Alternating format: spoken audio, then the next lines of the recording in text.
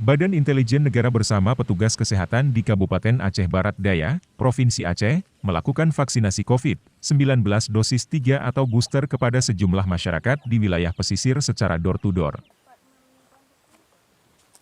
Vaksinasi dengan sistem jemput bola ini untuk menjangkau masyarakat di wilayah pesisir yang sulit mengakses pusat kesehatan masyarakat. Dibantu anggota TNI, Polri dan Satpol PP, petugas berjalan kaki mendatangi rumah-rumah penduduk di Desa Lamatuha, Kecamatan Kuala Bati, yang jauh dari pusat kota kabupaten. Kita tujuannya di sini yaitu untuk melakukan vaksinasi door to door, sehingga untuk masyarakat sendiri bisa merata menerima fasilitas vaksinasi ini begitu. Karena ini memang sesuai arahan dari Bapak Presiden Joko Widodo untuk pemberian vaksinasi secara merata pada seluruh masyarakat, termasuk untuk wilayah yang terluar, terpencil seperti itu.